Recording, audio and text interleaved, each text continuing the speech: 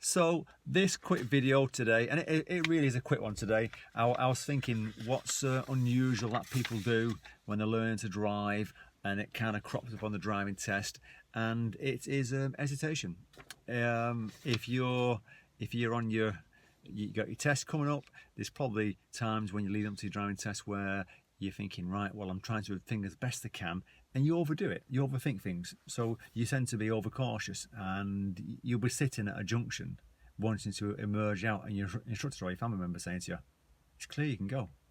Oh yeah, I'm just waiting for the better moment so I don't cause a problem. Because what tends to happen is when you're learning to drive in your first few lessons, you'll be working on junctions, and you'll be working on the approach speed and your mirrors and your signals, and letting them know what you're doing, and just checking right, left, right, and it's definitely clear, you're definitely going, or you're not sure, you're slowing down, or you can't see, you're stopping. All these things that you're learning, you'll keep doing, and you get better and better at. But as you get closer to this driving test, you tend to be a bit more cautious, because what you're saying to yourself is, well, I don't want to get serious, I don't want to fail my test, because if I pull out of a junction or on a roundabout, causing the car to slow down and stop, or slow down and bib the horn, or swerve to go round me, then I'm going to get serious at that point. And yeah, you're right. You will get serious if it causes something like that. But what you've got to say to yourself is, when you've got a moment to go like you normally go. Don't try and overdo it. Because what will happen then is you'll sit at that junction or that roundabout and not go because you're worried that you're going to cause that car to slow down, and you just got to trust what you've been learning. And what will happen then is you'll wait for that moment. Oh, I could have gone then. Now, if you're saying that when you learn how to drive, I bet your family member who's next to you or your instructor's probably saying the same thing. You could have gone then, and they'll have a chat to you about it. They'll have a chat to you about the speed of the traffic, the speed of the road, what's happening on your right, can you get out, you're quite quick at getting out at that point, and the drawback of actually sitting there not going. Now, if you are sat there at that junction or a roundabout and you could have gone, then the car behind you is probably thinking the same thing. Why aren't you going? And they might even go beep with the horn, which will put you on a bit more pressure. Or they might even flash the lights at you, which is not nice for them, doing that to you.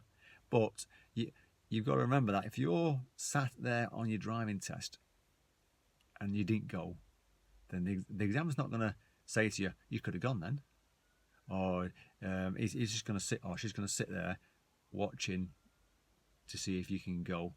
They might step in after if you didn't go after a couple of times. They might say to you, it's clear, you can go, trying to urge you along, because they know at that point there's a few cars waiting behind you. So you just got to remember, if you're not going because you're waiting for that perfect moment to get out, then it might be just a too overcautious you're being. It might be right, you've got to wait because it's packed, but I'm sure you've already been in traffic like that before. So if you're driving around in busy traffic on your lessons and you're pulling out at the right times, stick to doing that.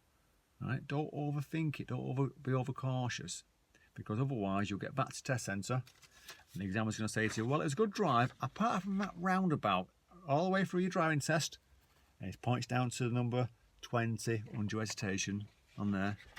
You've got 3 minors, 3 driver faults for not going, and then right at the end, that last roundabout, you just stay there way too long. In the end, I said to you, it's clear, you can go. At that point, they're helping you, aren't they? So you don't end up getting serious for it. So you just got to work on pulling out when you can. And if you've got a problem with something like this, you need to speak to your instructor and just say to them, well, how can I improve on it? What can I do to get out at the right times? It's probably more practice. Maybe starting off at a quiet junctions or quiet roundabouts, and then building up your skill level. If you're not used to pulling out in busy roads, and all of a sudden you go to a really busy road for the first time, and it's going to be a shock to you. So take that into account when you put your driving test, I suppose. Okay, so it's not a particularly difficult video, but it's just a little reminder about hesitation and what causes it sometimes. Good luck with your lessons, and if you've got your driving test, good luck with that.